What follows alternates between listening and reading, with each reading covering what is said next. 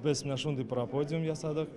Билне кузгатмый торган өлешләрдә күпчәкләре махсуслаштырылган аяк киеме дә бар. Йөри алмаган кешеләр өчен бик тә кирәкле җайланма. Чөнки берничә ай эчендә аның ярдәмендә көчсезләнгән мускулларны ныгытып, кешене аякка бастырырга мөмкин диләр. Әлегә параподиумнар хастаханәләрдә сынала. Алга таба моны зур җитештерүгә әйләндереп, махсус хәрби операциядә төрле тән җәрәхәтләре алган кешеләрне дәвалауда да кулланырга ниятлиләр. Кешеләргә уже бар динамика яхшы. То есть, оборудование реально эшләйт. Без венчурный фонд белән получили патентларны, сертификатларны, хәзер самые важные регустренияларны көтәбез. Бу мәйданчыкта бәйгедә узган елларда җиңгән уңышлы проектлар тәкъдим ителә. Барысы да Татарстанның инвестиция венчур фонды белән берлектә гамәлгә ашырылган.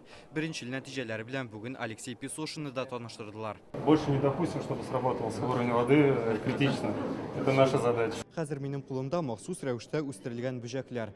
Үз алдына да китергә авыр, ләкин нәкъ менә алар ярдәмендә киләчәктә көнкүрешнең төрле тармагында кулланыла торган продуктлар ясала. Мәсәлән, баштан менә мондый май булдырыла. Киләчәктә аны медицина һәм косметологиядә кулланалар. Шулай ук кортлардан менә шундый кошлар өчен комбикорм һәм үсемлекләр өчен ашлама да ясала.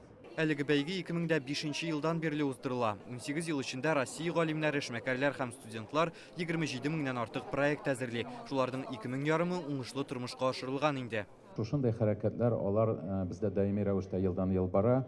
Шуңа күрә аның нигезендә бүгенге көндә безнең илдә 650дән артык инновацион компания булдырылды.